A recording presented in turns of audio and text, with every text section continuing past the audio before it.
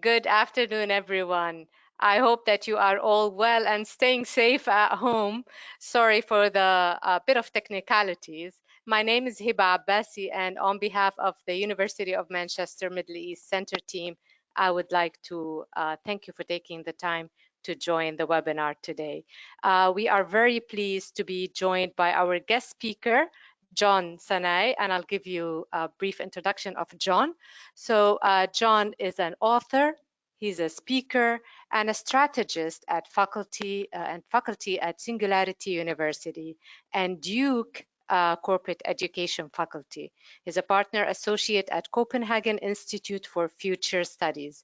John Sanei is a knowledge mercenary who travels the globe to uncover the lessons needed to uplift communities and help humanity thrive. His unlimited fascination with the future has seen him become Africa's first faculty member at Singularity University in San Francisco, and a lecturer at Duke Corporate Education in Johannesburg, and an associate partner at the Copenhagen Institute of Future Studies in Denmark. He's the author of bestsellers What's Your Moonshot?, Magnetize, and Foresight.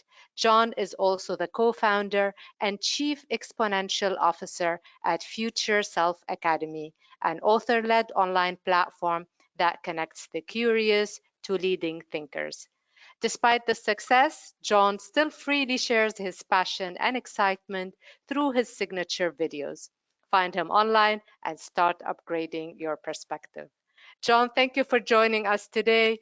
And in these times, when we're really uncertain about the future, the topic today, Future Now, really comes in place. So welcome to this session, and I'll give it now to you. Thank you so much, Hiba. Wonderful to be here. I know it is trying times for many of us, in fact, all of us. It's unprecedented what is going on around us at the moment. And I think it's really important for us to have a calm state of mind as we go through these uncharted waters. For the longest time, I've been speaking to organizations and governments around the fact that innovation is not enough anymore in this fast-changing world.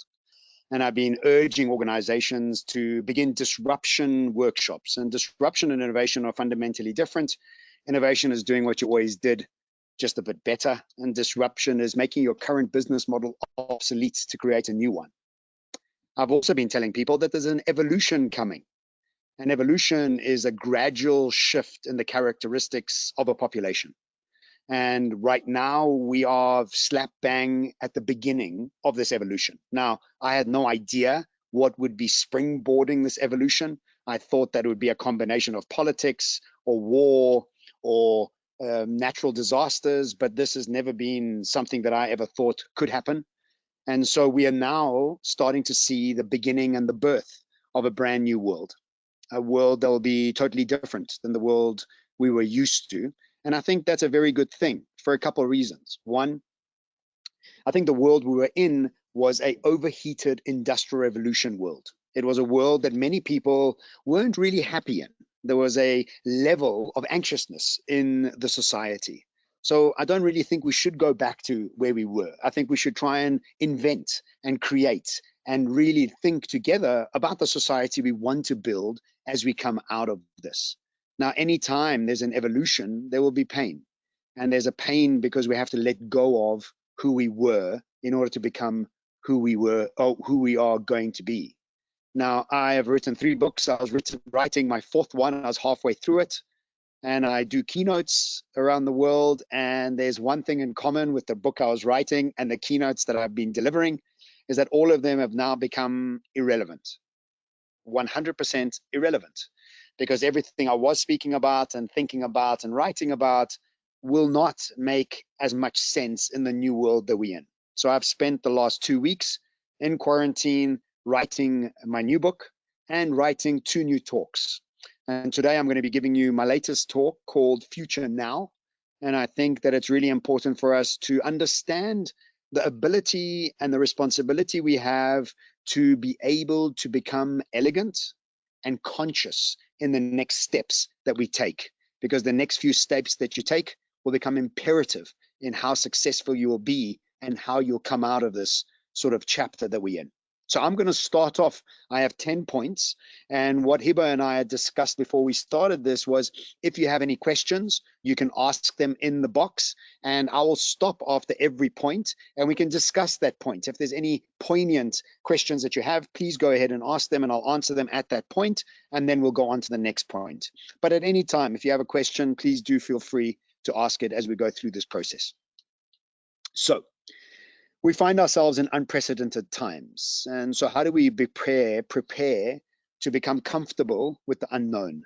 And this becomes really the key, because the world we came from, everything was known, and we would be comfortable in the known. Even though it was boring, we would still be comfortable in the known. Even though we might not like the norm, we were still comfortable with it. So now all of a sudden our brains are having to find new synapses to fire, to connect, to try and figure out what's next.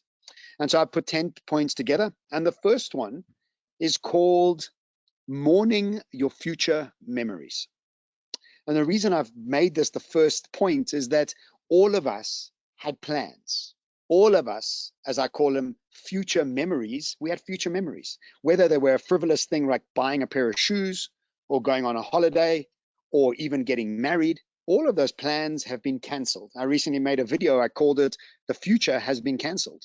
All of us collectively have to redirect our future, rethink our future, and really start to devise a new way that we need to show up in this future.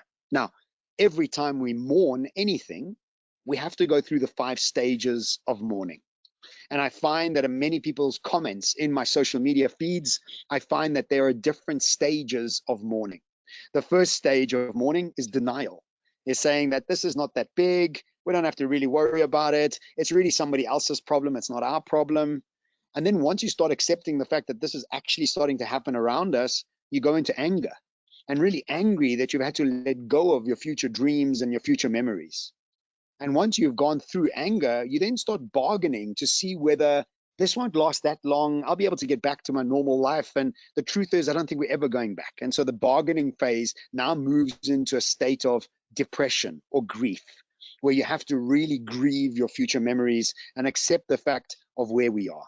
And only then you get to a point of acceptance.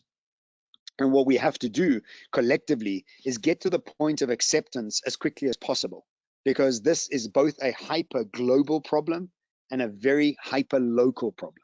This means that we are all one touch away from getting this virus, and we are watching the world go through it with us. We've never seen a hyper global and hyper local situation like this. And so we all are part of the problem or the solution. And the quicker we can mourn our future memories and get to a point of acceptance, the quicker we can start the process. Also very important, don't not give yourself the time to mourn, because it's important to mourn. And I went through it as well. And so I've only had to be able to become creative after I mourned all the plans of mine that got canceled. So that's step 1, mourn your future memories. I see there's no questions there. If there are any, please feel free to type them in. But I think that's quite simple and quite clear, that we are all human beings and we all have emotions and we need to be respectful towards them. 2, become clear on your panic barometer. In other words, there are 3 steps or 3 ways we panic. The first step is, what the hell's going on? I can't believe everything is changing like it is. The second step is, how am I going to survive this? How am I going to have enough food and health? And do I have enough around me to keep me entertained through this? And then 3 is, where are the opportunities for me to reinvent myself? Where are the opportunities for me to add real value to the world? Because the value that we used to have before and the value we have now could be vastly different. So we need to get to point C as quickly as possible. Where are the opportunities? Now, the way we see this happening around us and the way it's triggering us is based on our survival consciousness. And so depending on where we are in our own survival consciousness is how we will react towards the situation that's happening to us. Now, there's 4 ways that we can react depending on our survival consciousness. The first way is, we could be a punished child. We could feel like we deserve this as humanity. We've done things very badly and we need to be punished for this. And if we are thinking that we need to be punished for this, then that is the consciousness that we're going to be taking on.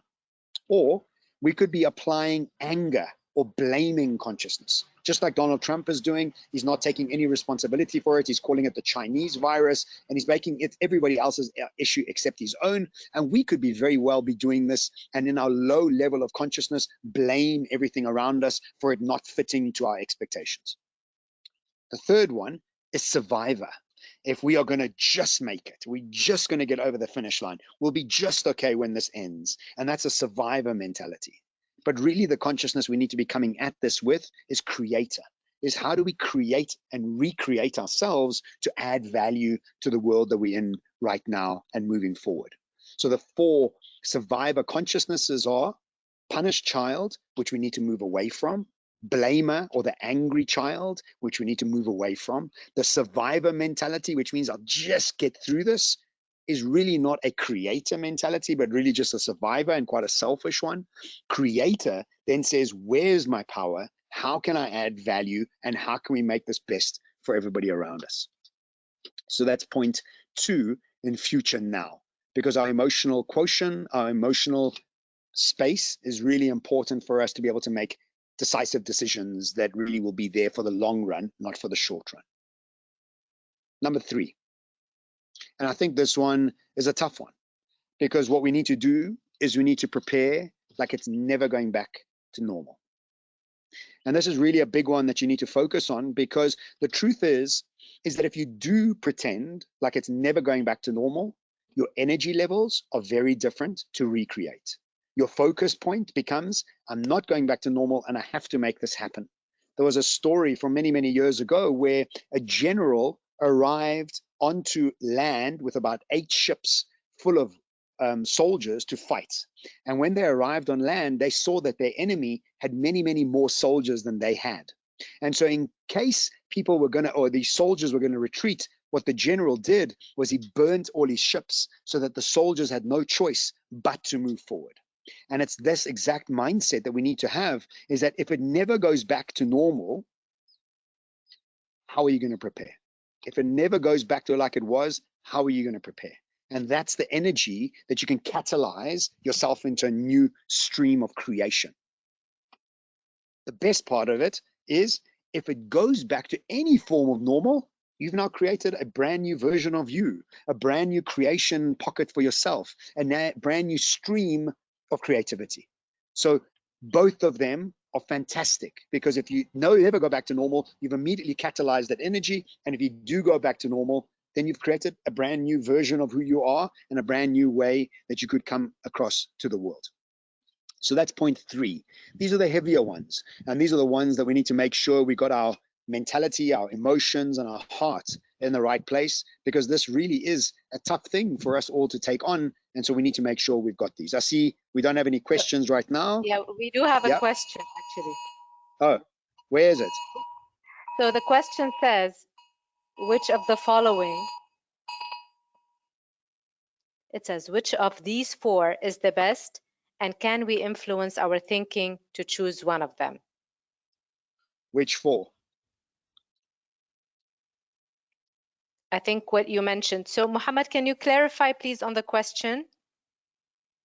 So am I looking on the chat here for the questions? Because I don't see any No, on the under the chat. question section. Oh, sorry. Here we go.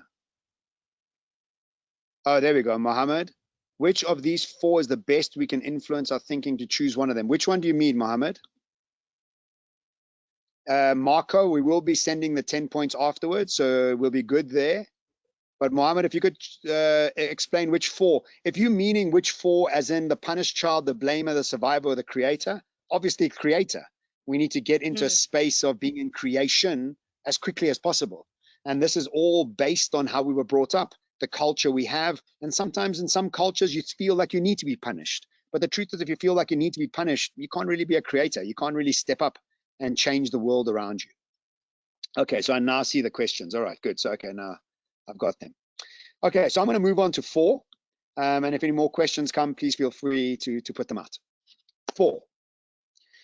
The emotional state that we have throughout the day is going to be imperative for us to stay sane, stay energized, and be creative. And so the state that we carry, the emotional place that we have, are based on three things. One, the emotional state that you have is based on how do you wake up, what emotional projection you have. And the best thing that I've been doing is meditating as I wake up and journaling. And then when I journal about the worst case scenario of something that could be happening and all the things that I could be grateful for. And the meditations I do are Dr. Joe Dispenza meditations, and they're all available online. And what they do is they put you in a state of health. They put you in a state of abundance. They put you in a state of wholeness so that when you arrive into your day, you're feeling whole, you're feeling content, and you're feeling clear. And you've written down the things that you can be abundantly grateful for and the worst case scenario, so you can just word them or name them so that they're not some sort of evil thing that's trying to get you. You know, our minds can play tricks on us. So the second thing is mental state. And so how do we go about having the right mental state through this process of isolation? And what I've done is I've given myself three objectives. And the three objectives are: one, what am I building towards? What am I researching? What am I writing? How am I going about sort of creating and recreating myself? The second objective is, what could I be listening to and watching that could uplift my energy? And three, where can I go and chill throughout the day? Because we also need to give ourselves pockets of how am I expanding myself? How am I learning new things? And where am I chilling? So that my mental state has objectives throughout the day. And three objectives, I think, are really a good thing to do.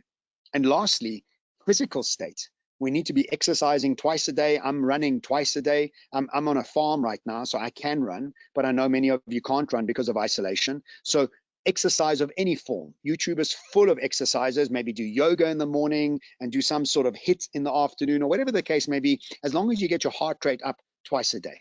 So point 4 is getting into the right state emotionally, physically, and mentally, so that the future now is something that you can tackle. I'm just going to a Do we have a question. question? Yeah, I see it. For the first stage, how do we fast track, or do you have any tricks to get to acceptance faster? Because as humans, sometimes we tend to wallow in denial and depression longer since we used to get used to it. Yep. Look, Sneha, Matthew, absolutely, we can wallow. And that's the thing, is that if you don't realize that the 5 steps are things that people go through, and if you don't know that acceptance is at the end of it, you'll find yourself just wallowing. And that's called victim mindset. And you can sit in a victim mindset for as long as you want. But really, the only person that's being suffering is you. Because truth is if you don't pull yourself out of it, you aren't able to become a creator. So ultimately, what you need to realize is, and this is going to be point 6 or 7, which I'll get to, which is about becoming anti-fragile. And I'll get to that just now. So I'll answer your question in more detail as we go a little bit further. So step 5. And step 5 for me, again, is something that I've been practicing myself. And I call this step, focus on what you want rather than what you don't want. In other words, stop watching news all day. Stop watching social media all day.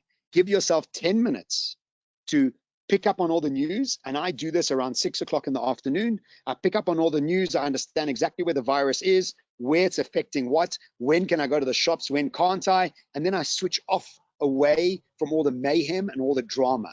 One of my faculty member at Singularity University says, stop watching Crisis News Network. That's CNN, Crisis News Network, because there's always a crisis. There's always something that's drama filled. So the thing is focus on what you want rather than what you don't want. Give yourself 10 minutes, either at the beginning of the day or at the end of the day, to check in and be informed, and then get off. Because there's no point for you to hear CNN tell you 20,000 times a day that so many people have died. Yes, we know. And just be able to keep safe and keep your mental state clear. Only give yourself 10 minutes, so that 10 minutes is more than enough to be able to keep up with what's going on. Number 6. This for me now starts becoming quite personal, because number 6 is what I believe the future of the world will require. And what the future of the world will require is unique skills. And in order to become unique in this new world, You need to be authentic. And in order for you to be authentic, you need to be curious. And you have now got this incredible luxury of time to follow what makes you most excited. Follow what makes you most curious. Follow what shines brightest for you. Because I know you're all studying, and it's fantastic that you're studying, but sometimes we have other curiosities that we never have the time to give that curiosity. And so for me, my curiosity has put me in a position where I lecture at some of the best universities in the world. I work with the biggest organizations in the world and governments around the world, and I've never been to university. And I'm not saying that university is not worthwhile, it absolutely is. But what I'm saying is that there's a level of curiosity that now we have the luxury of giving attention to. And when you can take what you're studying and combine it to what makes you most curious, you become unique. And when you become unique in your skill set, you become celebrated and rewarded in a world full of surplus skills. Let me explain. There's a concept that is called the surplus society. And what the surplus society is a society made up of people that are engaged in the same sort of things over and over and over. In other words, how many fantastic accountants do you know? How many fantastic lawyers do you know? How many fantastic doctors do you know? How many fantastic engineers do you know?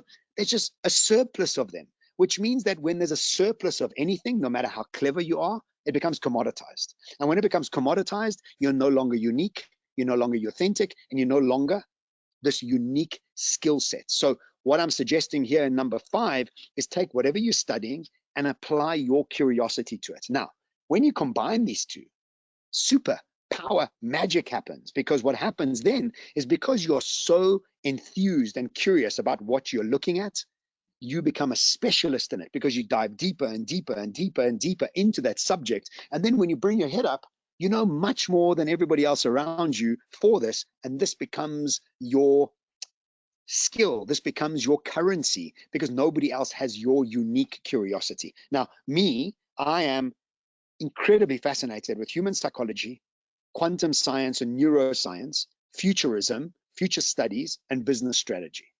And I combine these two when I take organizations through strategy sessions, when I do my keynotes, and when I write my books. And guess what? Nobody else combines these 4 topics. Why? Because it's my curiosity. Other people have got their curiosity. So follow your curiosity. Utilize this luxury of time to dive deeper into your curiosity so you can come out of this a specialist in whatever the topic may be. And if you know that you're not following your curiosity, the term that you'll come up with is, I'm so bored. And so replace with, I'm so bored with what makes me most excited. Because if you follow what makes you most excited, time disappears. And that's what we want to be doing in this state of isolation. So let's go to number 7. And so number 7 is something I wrote about quite a lot in my last book, Foresight. And this one is about how do we go about stopping expectations. And this is a big thing because as human beings, we have many expectations of how the world should react to us, how things should happen. And when they don't happen, we become upset. And they're all based on our expectations. So what are expectations based on? They're based on memories. And all of us as human beings are made up of memories. Every single person listening to this, every single person in the world is made up of a set of memories. And now science has proven that that our memories are only 50% right. The other 50% of our memories are just subjective stories we are holding on to create our own identity. So how do we go about creating no expectations is by healing our past. And by healing our past, what we do is we stop all expectations. It's called wisdom. This is the definition of wisdom. Alan Watts said it best. He said, the knowledgeable man has to learn something new every day, but the wise man has to unlearn something new every day. And in the process of unlearning, we break the patterns of expectation. And guess what? We are in a world today that none of us know what's coming. None of us know what's going to be happening when everything starts to cool down again. We all have to recreate, recalibrate, and refocus on the world that we want to create based on brand new intentions rather than expecting the old world to come back. Tony Robbins calls wisdom moving from unconscious memories to conscious memories. In other words, stopping to blame our past and starting to thank our past. And if you think about the 50% of memories being wrong and 50% being right, what I always suggest people to do is choose the memories that excite you and give you energy, rather than choosing the memories that make you anxious, resentful, and angry. Because everybody that you have an issue with is also going through life. They also don't know the best, and they were doing their best. And on a personal level, I come from a single mom family. And for the longest time, I resented my father for not being there for us. And I resented him that he didn't support us. And my mother was bringing up my brother and I, and it was a very tough upbringing. But as I've grown up and as I've started to practice wisdom, I've started to realize that my father never had the opportunity to grow emotionally. He never had the opportunity to really step up to the plate and take on the responsibility. And the minute I saw him like that, I had empathy for him rather than resentment. So I have released myself of the expectation of what he should have done, what he could have done, to the point where I said, he was just another guy doing his best, and he wasn't that great, but it actually got me to step up into adulthood quicker, and it got me to step up into this process that I am now teaching people around the world around these subjects. I don't see any other questions, so I'm going to keep going. Then we have number 8, and this comes back to your question now, Sneha, is this sort of wallow in depression. Now, there's a concept called anti-fragile. And number 8 is all about this anti-fragile. And what anti-fragile means is you have something that's fragile, and we know what happens when you have something that's fragile. If it drops, it breaks. That's fragile. Anti-fragile means when you drop it, it gets stronger. And every time you drop it, it gets stronger. And every time you drop it, it gets stronger. And so what we have to do is we've got to get ourselves into the mindset of realizing we can allow this pandemic to really take over us and get caught up in the drama of it, or we can make it a tool to catalyze us into becoming stronger. Now, you must realize that if you're sitting in the victim mindset, this will become too much for you to even want to take in. If you're sitting in the victor mindset, this is a challenge that you take on and you're ready to actually recreate yourself. So really start to practice anti-fragile and start to look up anti-fragile so that you understand the mindset that's created out of this, and it can pull you out of depression or denial much quicker, because all it is really a mindset. Number 9, and I'm nearly done because I've only got 2 more to go. Number 9 for me is this concept around real value. And so what I mean by this is we're living in a world right now that many things are becoming free. And if you just think about WhatsApp and what it did to communication, and emails and what they did to communication, and what we're starting to see now with transportation, with Tesla and energy coming with solar powers, we are starting to see that many things are starting to become almost free. Things that we are taking for granted that they're actually free these days, like WhatsApp, for example.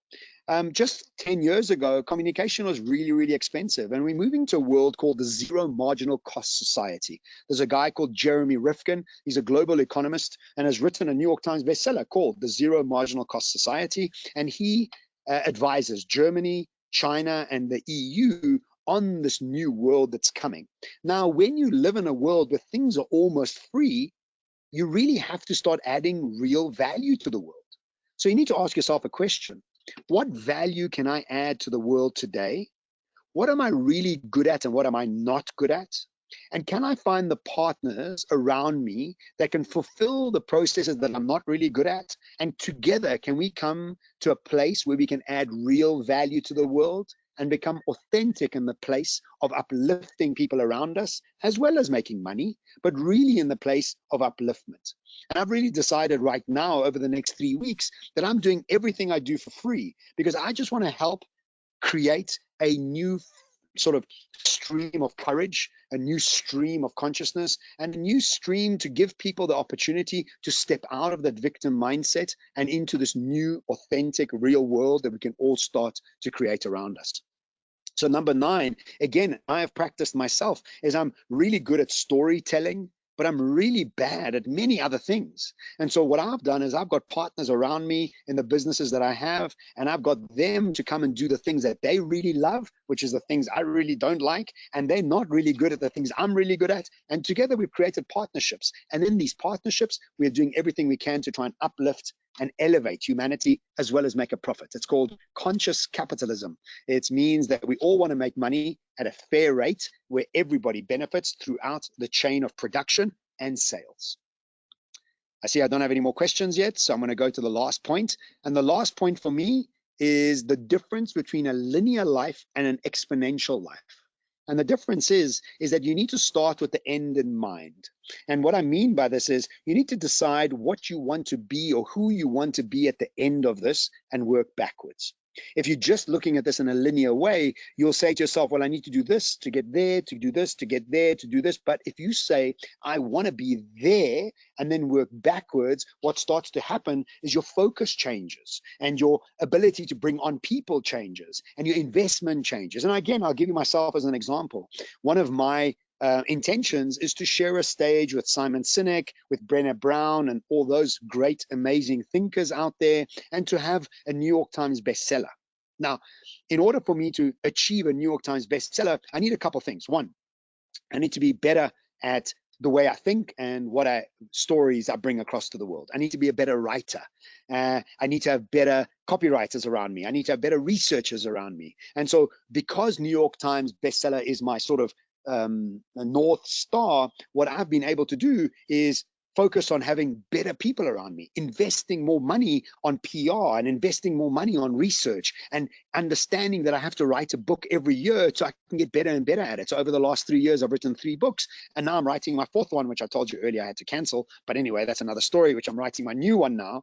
Because I have this end in mind, I now change my focus, my energy, my patience, and my investment so that I know exactly what it is I'm trying to achieve, and I become much more patient in the process of getting there.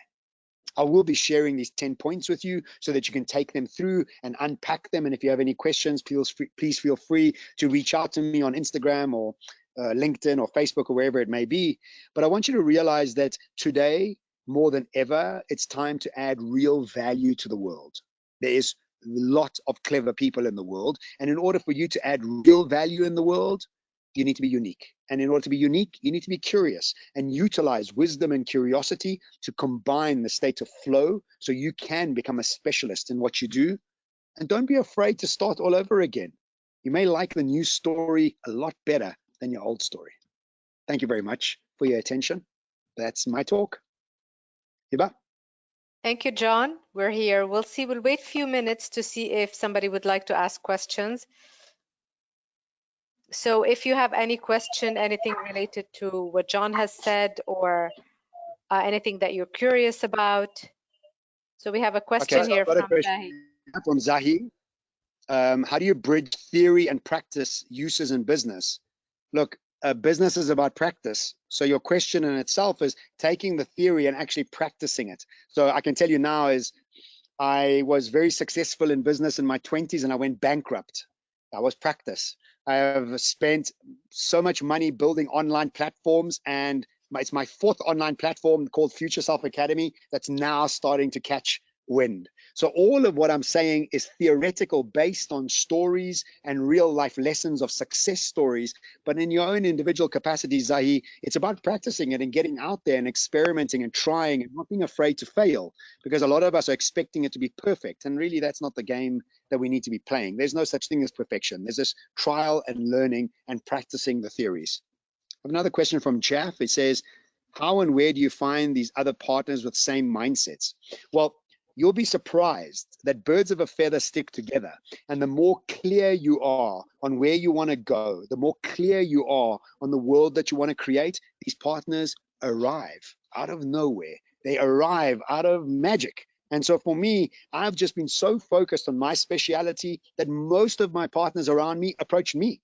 I didn't even approach them. So just go through this process of curiosity and wisdom and just keep going, and you'll see doors will open and things will happen around you. Because why? You're accessing your genius. And when you access your genius, people want to be around you.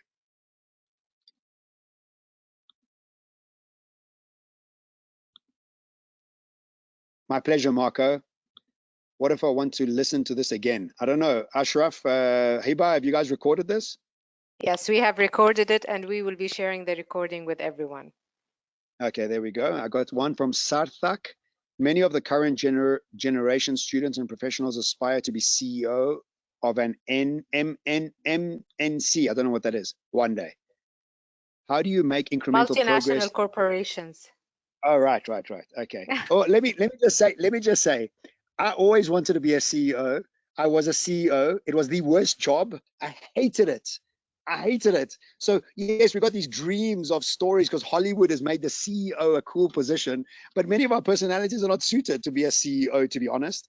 But either way, I've now chosen to be a CXO, which is a Chief Exponential Officer, which means that I know what the future looks like and I can put teams of people together to get us there. So that's my role. I've realized I always wanted to be a CEO, but I realized my personality wasn't suited to it. So how do you make incremental progress each day towards that goal? Well, that's a great question. And that's the whole point of this talk, is that your superpower lies in you following your curiosity. And that curiosity will move you towards your best life. It might not mean be a CEO.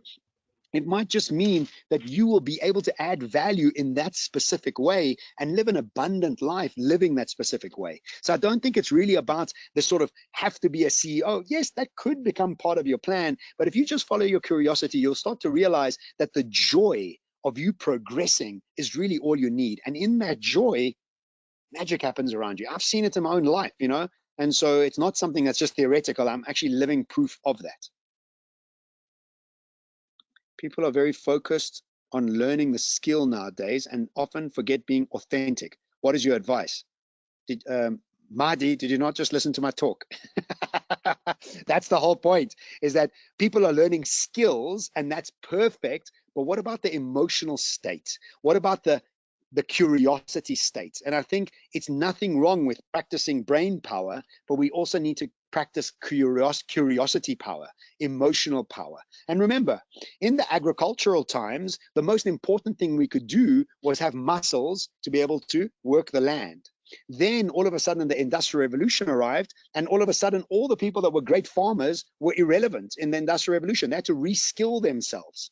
So remember, we are moving from the Industrial Revolution to a quantum world. All of a sudden, the skills from the Industrial Revolution world won't be that important in this new world, because now you have AI, you have machine learning, you have deep learning, you have data points that can do many of the jobs that the Industrial Revolution prepared us for.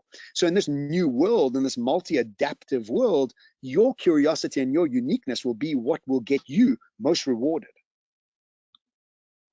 This is a question from my 11-year-old who is listening with me and is curious to know how she can help others to follow these steps. Randa, hello to your daughter. And I want to say is that the best thing you could do is be the best version of yourself.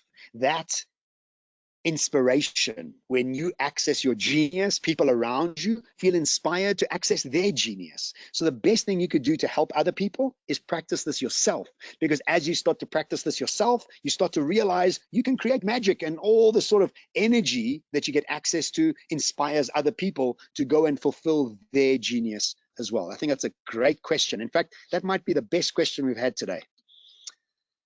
Sneha, when the standstill stops, I'm worried that the world will go into rampant consumerism to overcompensate on the loss so far. Do you think that conscious capitalism is feasible in all realms of business field and across industry segments? Look, I think that, like I said to you earlier, there are 4 ways that our survival consciousness will react to this: punishment, blaming, survivor, or creator. If you're in a state of creation, you don't need consumerism.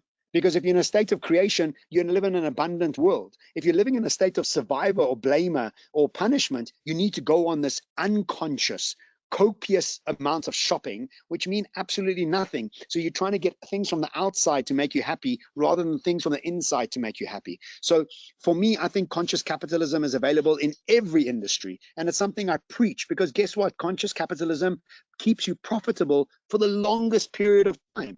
Because when you're practicing conscious capitalism, your consumers trust you, your employees love you, and they come and work for you willingly, because you're conscious in the way you're approaching things rather than coming from a place of lack or survivor mentality.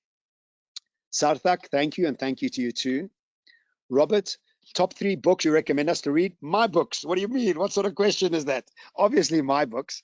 But yeah, so I've written 3 books called What's Your Moonshot, Magnetize, and Foresight. But besides that, I think there's so many great books out there. I'm a huge fan of Brené Brown and Simon Sinek. I'm reading right now Michael Singer's The Surrender Experiment. There are so many great books. And so for me, I always think about books in 3 ways. One, what can make my brain better? One can make my heart better, and what can make my physical body better.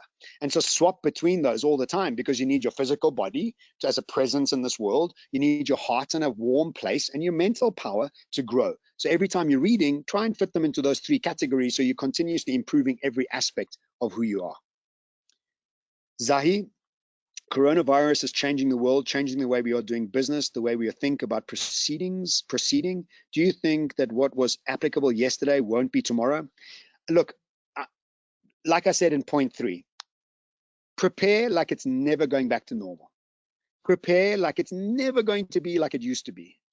Recreate, reinvent yourself. And look what I'm doing here. I'm sitting on a farm in northern South Africa.